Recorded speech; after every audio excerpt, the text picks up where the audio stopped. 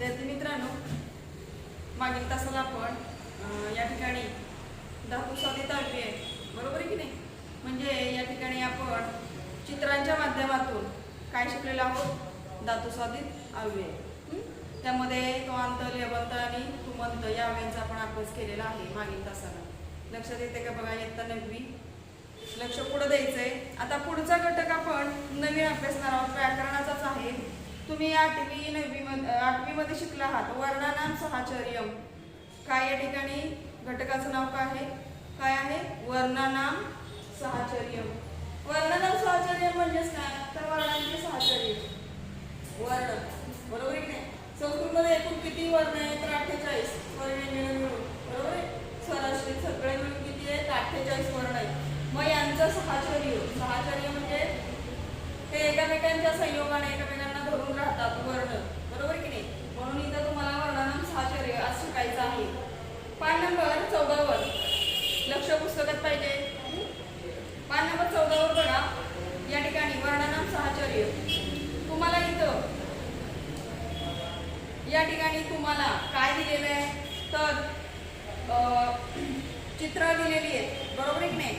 आणि त्या गोल चित्रांवर बघा या ठिकाणी वर्ण दिलेले दिसतंय का बघा। तर पहिलं तुम्हाला काय सांगितलंय बघा, अस्माकं भिन्नानि उच्चार स्थानानि यूयं जानीत वयं सर्वे सह एव तिष्ठाम अस्माकं परस्पर सहचर्यं रोचकम् यदा अस्मासु द्वयोः अतीव सन्निकर्ष भवति तदा यत् ध्वनि परिवर्तनं भवति सह एव सन्धि। अस्माकं भिन्नानि उच्चार स्थानानि यूयं जानीत। अस्माकं म्हणजे आपल्याला माहिती आहे की या वर्णांचं भिन्न उच्चार स्थान आहे बरोबर की नाही। सगळ्या वर्णांचे उच्चार स्थान वेगवेगळे आहेत। कुठलीही वर्ण कुठं या ठिकाणी कंठातून उच्चार होणारे, नंतर जिभेद्वारे होणारे, म्हणजे प्रत्येक वर्णाचं स्थान वेगवेगळं आहे। आणि त्या ठिकाणी ते काय या ठिकाणी त्यांचं सहचर्य अधिक रोचक वाटतं कुणाचं, वर्णांचं। मग याच पद्धतीनं वर्णांच्या संयोगानं, दोन वर्णांच्या संयोगानं जेव्हा या ठिकाणी काय होतं, ध्वनी परिवर्तन होतं, म्हणजे जो शब्द तयार होतो त्यालाच काय म्हणतो आपण, संधी।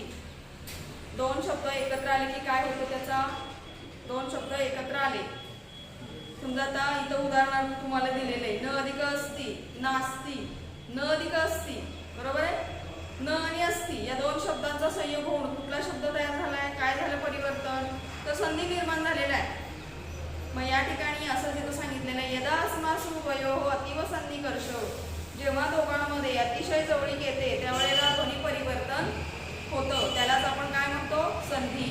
येते लक्षात, इथपर्यंत भाग कळलाय का बघा।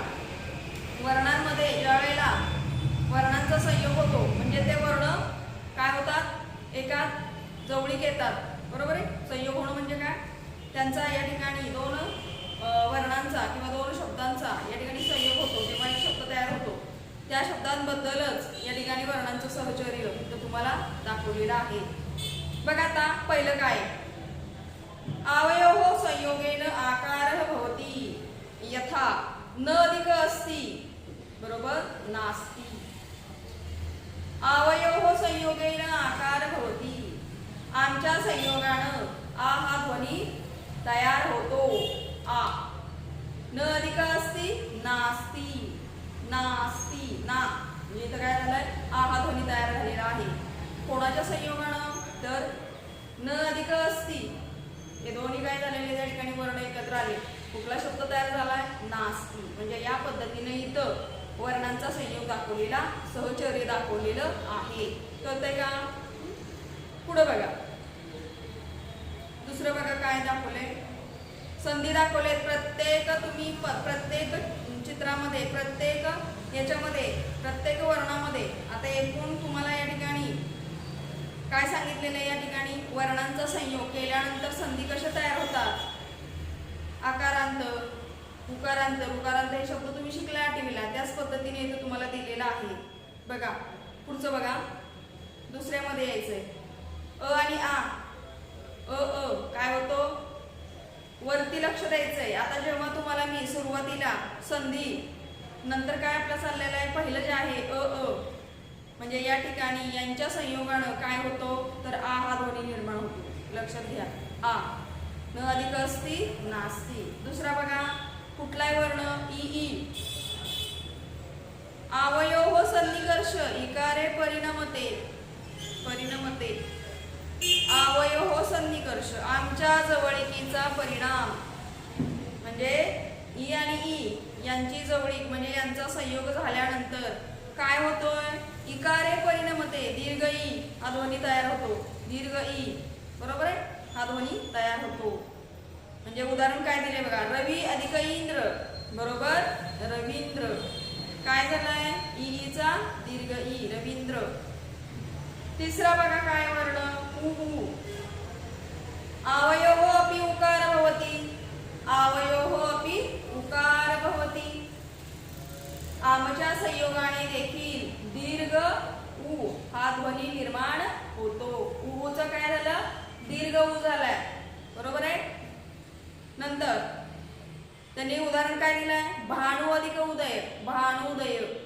लक्षात घ्या, भानु अधिक उदय भानुदय.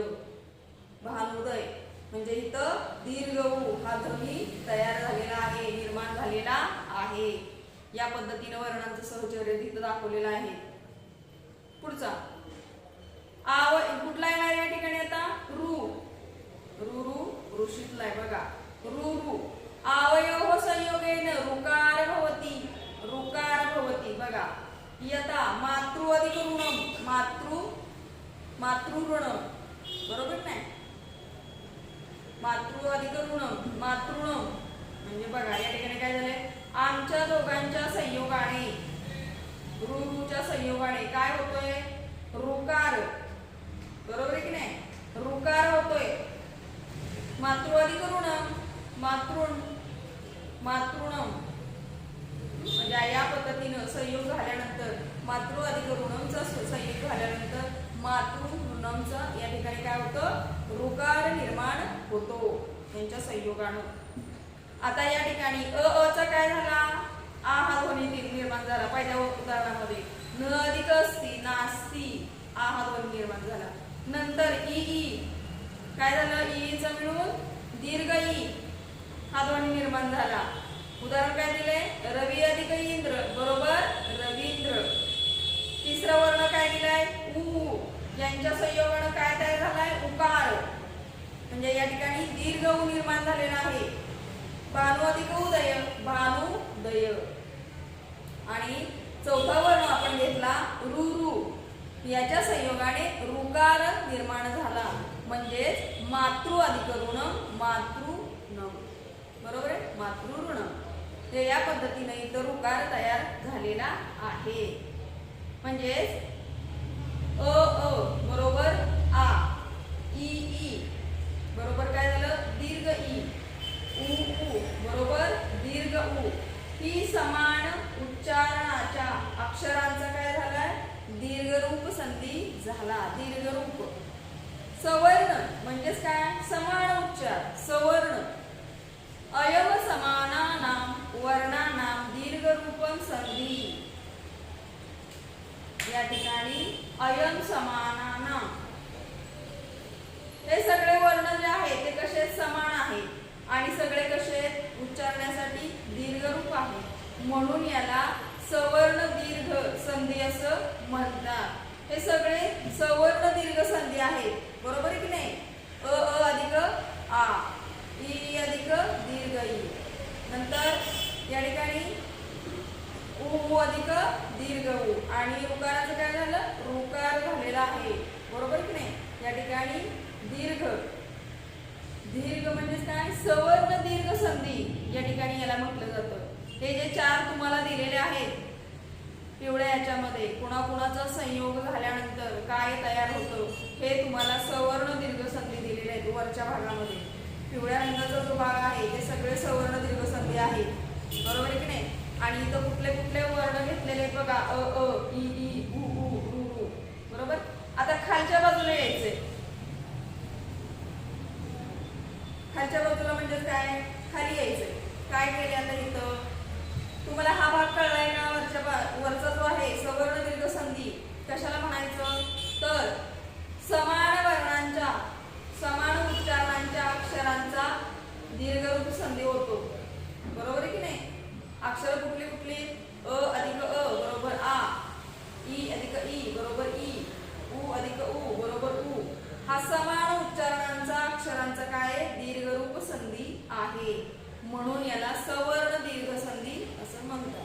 इथपर्यंतचा भाग कळलाय का? इथपर्यंतचा भाग कळला असेल तर या ठिकाणी तुम्हाला सवर्ण दीर्घ संधी पहिल्यांदा इथं बघा, पहिलं जे आहे तुम्हाला काय दिले, अवयव संयोगेन आकार होती, म्हणजे अ आणि अ यांच्या संयोगाने काय तयार होतो, तर आ हा ध्वनी तयार होतो. अ अधिक अ म्हणजे आ. उदाहरण काय दिलं आहे, न अधिक नास्ती, हे उदाहरण तुम्हाला इथं सवर्ण दीर्घ संधीची दिलेली आहे. तसंच तुम्हाला खाली बघा काय दिलेले, अ आणि ई कुठले वर्ण घेतले आता, अ आणि ई.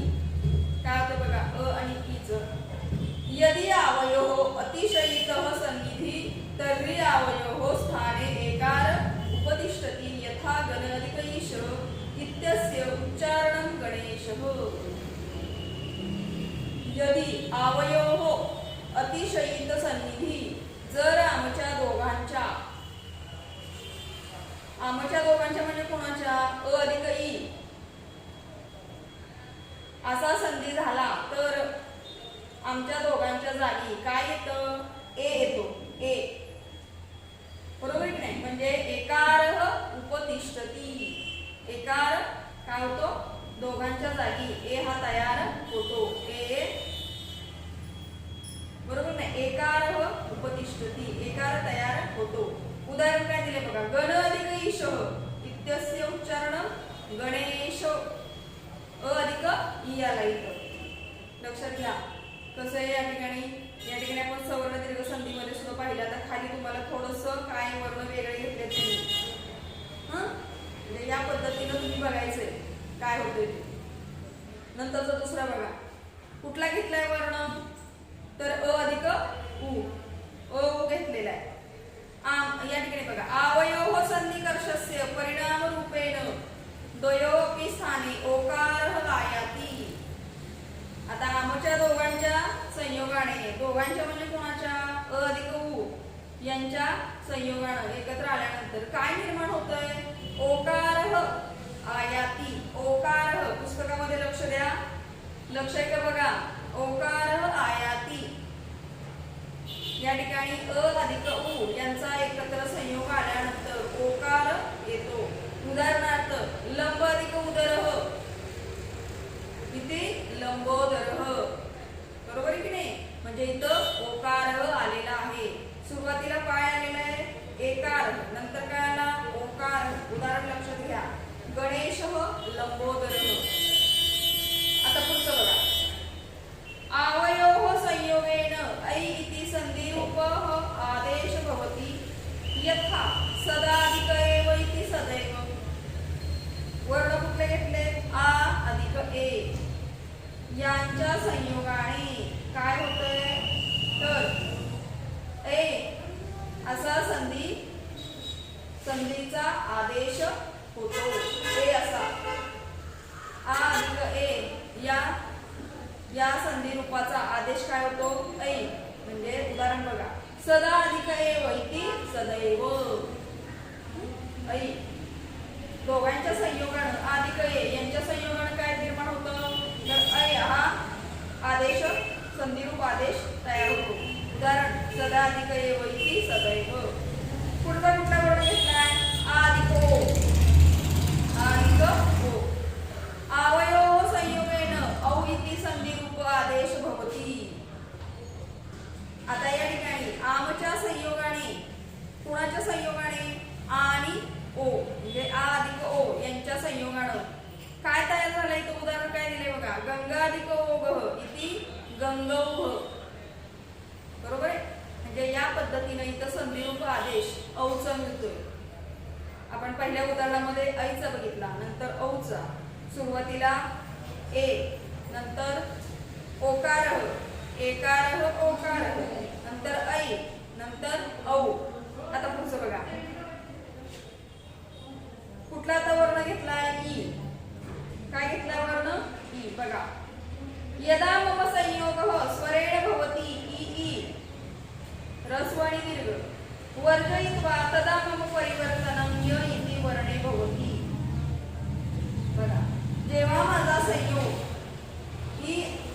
दीर्घ आणि ऱ्हस्व यांना वगळून इतर स्वरांशी जेव्हा येतो तेव्हा माझं रूप काय होतं?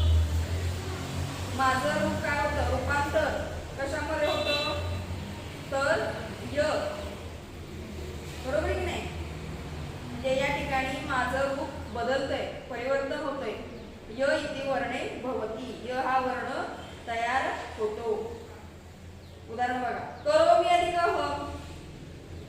करोम्यहम. बरोबर की नाही? काय होतंय? जेव्हा माझा संयोग स्वरांना वगळून कुठले स्वर वगळले ई आणि ई तेव्हा माझं परिवर्तन य असं वर्ण तयार होतो. य हा वर्ण त्यामध्ये तयार होतो. उदाहरण दिलेलं आहे करोमी अधिक अहम इति करोम्यहम. करोमी अधिक अहम. बरोबर काय होणार आहे? करोम्यहम. आता पुढचं बघा. पुढचं आहे वर्ण घेतलेला उ. स्वरेण सह उ उ वर्जयित्वा संयोगेन मम स्थाने व इति वर्ण आयाति. यथा खलु अधिक एतत् इति खल्वेतत्. स्वरेण सह जेव्हा माझा संयोग उ उ यांना वगळून माझ्या स्थानी व असा वर्ण येतो. बरोबर की नाही? उ उ यांना मी वगळतो आणि काय होतो या ठिकाणी? तर माझ्या स्थानी व हा वर्ण येतो. उदाहरणार्थ काय दिले? खलु अधिक एतत् इति खल्वेतत्. खलु अधिक एतत् इति खल्वेतत्. हे संधी या पद्धतीने तयार झालेले तुम्हाला दिसत आहे. म्हणजे इथं उदाहरण काय बघा, कशा कशाचा संयोग झालेला आहे ते बघा. सुरुवातीला आपण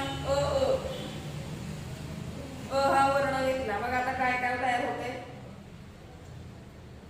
बघा. थोडंसं मी बोर्डवर लिहून देते, त्या पद्धतीने बघायचं सगळ्यांनी. वर्णांना शौचार्य, वर्णांचे शौचार्य. पहिला जो आहे वर्ण कुठला घेतला त्यांनी? ओ अधिक अ. काय झालंय? बरोबर आ. उदाहरण काय घेतले त्यांनी पहिल्या याच्यामध्ये? यांच्या संयोगात काय होतं? तर आठ हा ध्वनी तयार होते. आपण पाहिले काय होणार? उदाहरण बघा. उदाहरण कसं घेतलंय? न अधिक नास्ती. बरोबर काय झालंय? नास्ती. हे कुठल्या याच्यामध्ये? पहिल्या याच्यामध्ये अ वर्ण. अ आणि अ चा संयोग झाल्यानंतर आ होतो. लक्षात घ्या. आणि त्याचं उदाहरण दिलंय न अधिक अस्ती येणार आहे. सॉरी अस्ती. म्हणजे इथं काय झालंय बघा. अ अधिक बरोबर आ. उदाहरण काय दिलंय? न अधिक अस्ती. काय झालं? नास्ती. म्हणजे ना आला इथं. नास्ती. काय झालं? आ. अ अधिक आ. असा या ठिकाणी संधी तयार होणार आहे. दुसरं काय दिलंय बघा. ई हा दिलाय. E E. आता या ठिकाणी ई ई.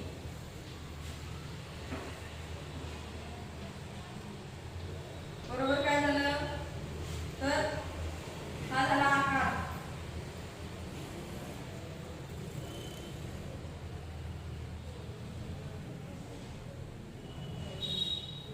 आता इथं ई ई मध्ये काय येणार आहे? ई अधिक ई. बरोबर काय झालं? इकडे येतोय. बरोबर की नाही? काय होणार परिणाम याचा? आमच्या जोडणीचा परिणाम दीर्घ ई. दीर्घ ई या ठिकाणी येतो. मग या ठिकाणी उदाहरण काय दिलंय? रवी अधिक इंद्र. बरोबर काय झालं? रवींद्र.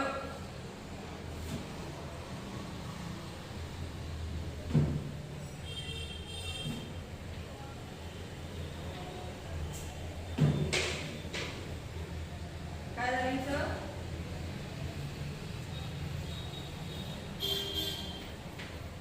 रवींद्र.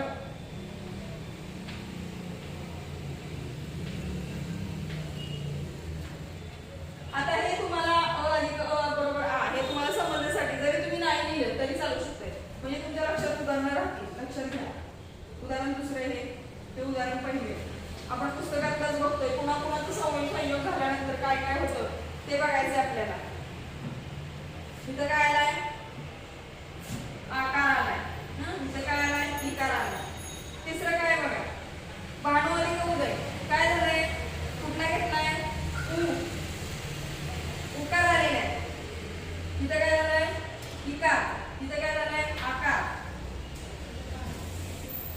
इथं आकार इथं उकार, किंवा तुम्ही हे जरी नाही लिहिलं तरी चालू शकते.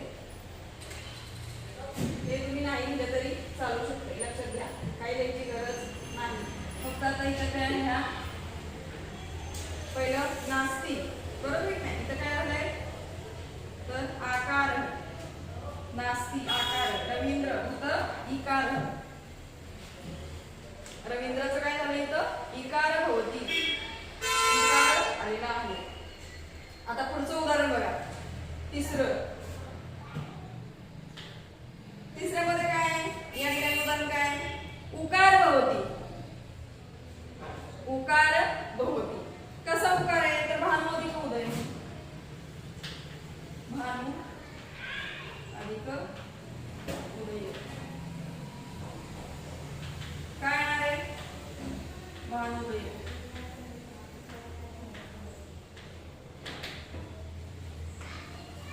चौथं बघा, चौथं या ठिकाणी काय आलं तर उकार आला. कसा उकार आहे मातृ अधिक ऋण, ऋकार भवती, मातृ अधिक ऋण. कुठले घेतले ऋ ऋ. पहिला घेतलाय अ अधिक आ, आकार. हा झाला इ अधिक ई, इकार. रवी अधिक इंद्र, रवींद्र. हे झालं इकार. इथं भानु अधिक उदय. या ठिकाणी काय झालं उ अधिक उ, भानुदय. काय झाला उकार. काय झालंय दीर्घ उकार झालाय. आता चौथा जो आहे ऋकार, पुस्तकामध्ये बघा ऋकार कसं झालंय मातृ अधिक ऋण,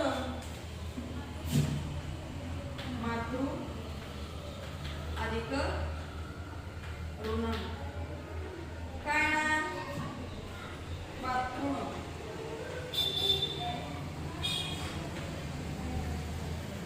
या पद्धतीने इथं तुम्हाला ऋकार बघायला मिळेल. कळतंय का. पान नंबर 14 वरचं यांचा काय कशाचा संयोग झाला हे तुम्हाला सुरुवातीला समजून दिलेला आहे. या सगळ्यालाच काय म्हणतो आपण सवर्ण दीर्घ संधी. का सवर्ण दीर्घ संधी तर अ अधिक अ बरोबर आ, ई अधिक ई बरोबर ई, नंतर उ अधिक उ, उ. हा सगळा या ठिकाणी समान उच्चारण्याचा अक्षरांचा दीर्घ रूप संधी. सवर्ण दीर्घ, दीर्घ रूप.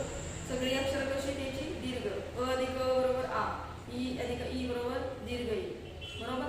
उ अधिक उ बरोबर दीर्घ उ. म्हणजे हे सगळे सवर्ण दीर्घ आहेत. सवर्ण म्हणजे सगळे समान वर्ण आहेत आणि हे सगळे दीर्घ आहेत, म्हणून याला सवर्ण दीर्घ संधी म्हणतात. कळतंय. म्हणजे या ठिकाणी इथं या उदाहरणामध्ये काय झालेलं आहे आकार. इथं पहिल्या उदाहरणामध्ये आकार, दुसऱ्या उदाहरणामध्ये काय झालेलं आहे इकार.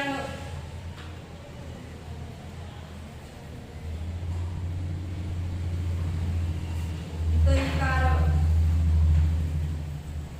काय झालेलं आहे इकार. नंतर आता तिसऱ्या उदाहरणामध्ये काय झालेलं आहे तर या ठिकाणी उकार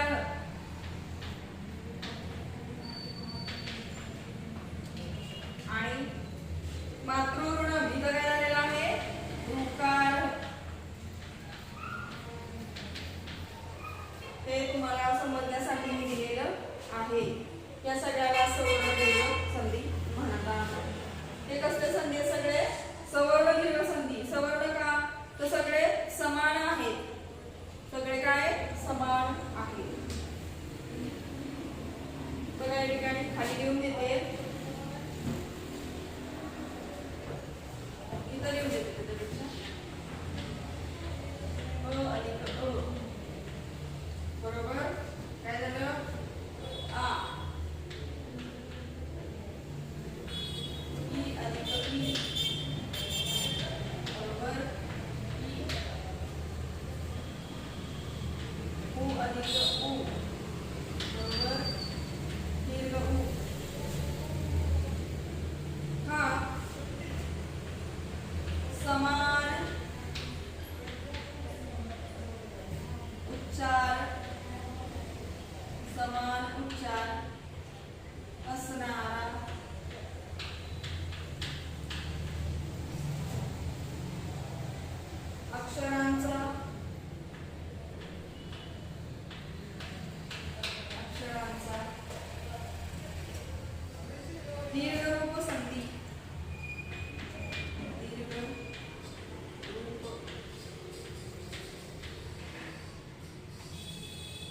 दीर्घरूप संधी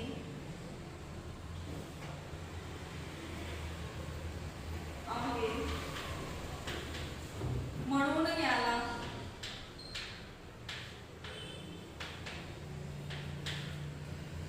सवर्ण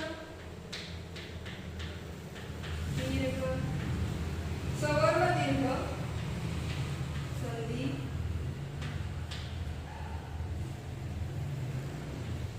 म्हणतात. कळलं इथपर्यंत का बघा, उदाहरणासहित कळलं बघा, काय अवघड काहीच नाही. लक्षात येते का बघा, हा पहिला मी दिलेला आहे तुम्हाला सवर्ण दीर्घ संधी. या पद्धतीने तुम्हाला उदाहरणं दिली आहेत. पहिल्या उदाहरणामध्ये साधे साधे सवर्ण घेतले त्यांनी. पहिला घेतलेला आहे अ, त्याचा दीर्घ म्हणजे आ झालेला आहे, ई त्याची दीर्घ ई झालेली आहे. उदाहरणात सुद्धा तसंच आहे. नंतर तिसऱ्या उदाहरणामध्ये सुद्धा त्यांनी उकार दीर्घ उ आहे त्यांचा. चौथ्या उदाहरणामध्ये उकार म्हणजे या ठिकाणी सगळं, या ठिकाणी जे जे वर्ण आहेत ते सगळे समान दीर्घ आहेत, समान दीर्घरूप संधी आहे, म्हणून त्याला सवर्ण दीर्घ. समान अक्षरांचा आहे हा समूह, लक्षात घ्या. आता खाली तुम्हाला सांगितल्या पद्धतीने मग अशा आपण काय केलेले आहे, खाली जे वर्ण घेतलेले आहेत ते कसे घेतलेत बघा. या ठिकाणी पहिला घेतला आहे अ अधिक ई, बरोबर काय होतो एकार ए. अ अधिक ई बरोबर ए, म्हणजेच या दोन्हींचा संयोग होऊन एकार उपदिष्टती, एकार होतो. उदाहरण काय दिलंय, गण अधिक ईश गणेश, म्हणजे एकार पहिल्या उदाहरणामध्ये. आता याच्या खाली जो आहे कुठला घेतलाय वर्ण आणि ई, तिथं मी हा जो वरचा घटक आहे तो इथे संपलेला आहे, लक्षात घ्या. वरचा घटक संपलेला आहे. आता दुसऱ्यामध्ये दाखवलंय तुम्हाला, इथपर्यंत कळलं. आता पुढचा जो घटक आहे, पुढचा घटक कुठला आहे तर एकार. एकार म्हणजे अ अधिक ई. उदाहरण आहे गण अधिक ईश गणेश एकार भवति. गण अधिक ईश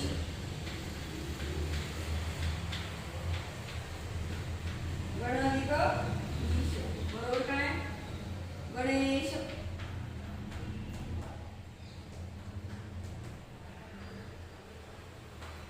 हा काय या ठिकाणी एकार, एकार भवति, तर एकार. आता दुसरं उदाहरण काय बघा, कशाचा संयोग दाखवलाय अ आणि उ चा. पहिल्या उदाहरणामध्ये अ आणि ई चा दाखवला, इथं एकार झालाय. आता दुसऱ्या ह्याच्यामध्ये काय दाखवलाय अ अधिक उ, अ अधिक उ ओकार भवति. उदाहरण काय बघा, लंब अधिक उदर. उदाहरण बघा, लंब अधिक उदर, बरोबर काय लंबोदर.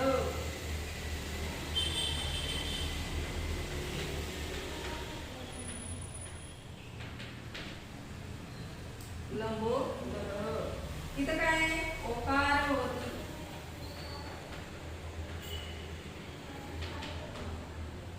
तिसऱ्या उदाहरणामध्ये बघा, तिसरं उदाहरण जे आहे ते काय या ठिकाणी कुठले घेतलेत वर्ण आ अधिक ए. आ अधिक ए याचं काय होणार आहे ऐ, बरोबर की नाही. म्हणजे या ठिकाणी यांच्या संयोगाने ऐ, ऐ हा या ठिकाणी आदेश निर्माण होतो. उदाहरण काय दिले बघा, सदा अधिक एव इति सदैव.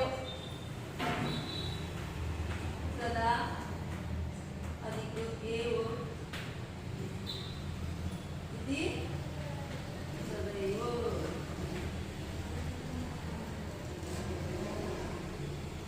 बरोबर आहे सदैव, म्हणजे या ठिकाणी काय झालेलं आहे ऐ,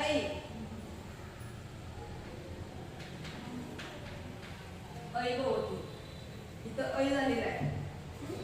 आता चौथ्या उदाहरणामध्ये काय आले बघा, आ अधिक ओ यांच्या संयोगाने काय होतो औ, बरोबर आहे की नाही, औ. हा आय कशामुळे झालेला आहे तर आ अधिक ए,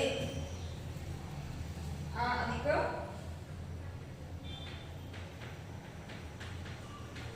बरोबर ए. आता चौथ्या उदाहरणामध्ये तुम्हाला या ठिकाणी औ असा होतोय कशामुळं, वर्ण कुठले, आ अधिक ओ. उदाहरण काय दिलंय, गंगा अधिक ओघ, गंगा अधिक ओघ, बरोबर काय, गंगा गंगौघ. इथं काय झालंय, कुठला आले वर्ण, आ अधिक ओ, बरोबर काय झालंय, औ.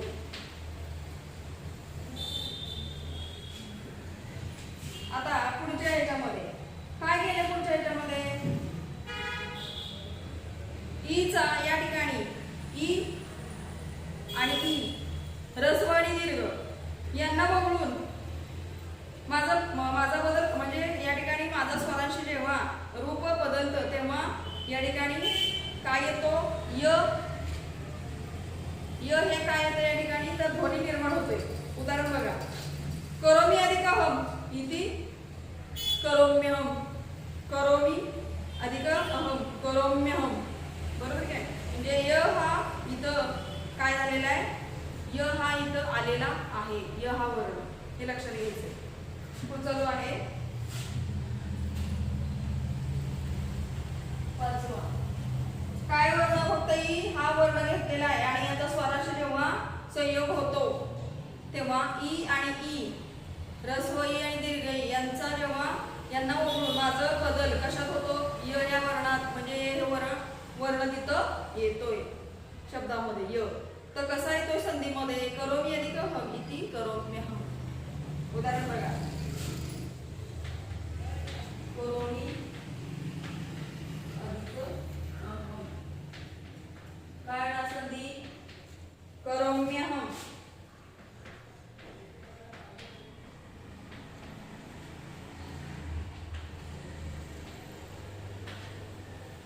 इथं काय आलेलं आहे, य,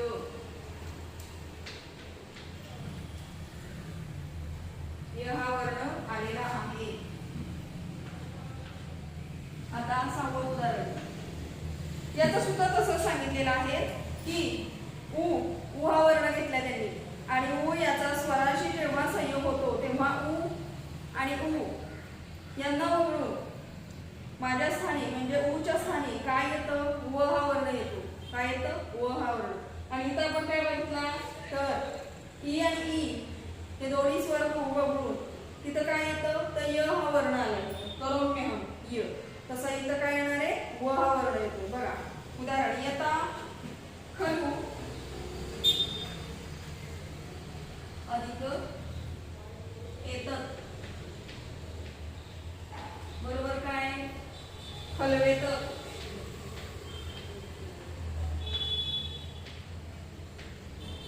काय येतं इथं तर व हा वर्ण येतो. तर अशा पद्धतीनं तुम्हाला इथं संधी आज या पद्धतीनं सवर्ण संधी आणि खालचं सुद्धा या ठिकाणी उदाहरण कुठल्या संयोगानं कुठला काय होतो, बरोबर की नाही, हे सगळं इथं तुम्हाला सांगितलेलं आहे. आता खाली तुम्हाला काय सांगितले बघा, एवम अस्माकं मिथ प्रभाव दृश्यते यथा स्वर संधी तथैव विसर्ग संधी व्यंजन संधी च अपि भवतो. संधी रूपेण यत् ध्वनि परिवर्तनम् अस्मासु भवति तद्विषयकः नियमः वर्तन्ते. यदि तत् ध्वनि परिवर्तनं सुष्ठु न अवगतं संधि नियमः न पठिता तर्हि अर्थावबोधनं न भवति. अशा प्रकारे आमचा परस्परांवर होणारा परिणाम दिसतो. आमचा म्हणजे कोणाचा तर या ठिकाणी जसं स्वर संधी, विसर्ग संधी, व्यंजन संधी यांचा सुद्धा संधी रूपांमध्ये ध्वनींचं परिवर्तन होतं. याच्याविषयी नियम आहे. जर ध्वनी परिवर्तन व्यवस्थित समजलं नाही शिकवले नाही किंवा कळले नाही तर अर्थ बोध होत नाही. हे लक्षात घ्या.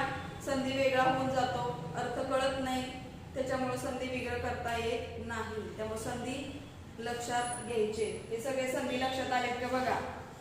प्रत्येकाचा उच्चार सुरुवातीला आपण बघितले. प्रत्येक वर्णाचं उच्चार स्थान वेगवेगळं आहे. आपण गेल्या वर्षी शिकलोय, वर्ण शिकलोय. त्यामुळे तुम्हाला माहिती आहे की प्रत्येक वर्णाचं स्थान जे आहे उच्चारण्याचं ते वेगवेगळं आहे, एकत्र काहीच नाही. बरोबर की नाही.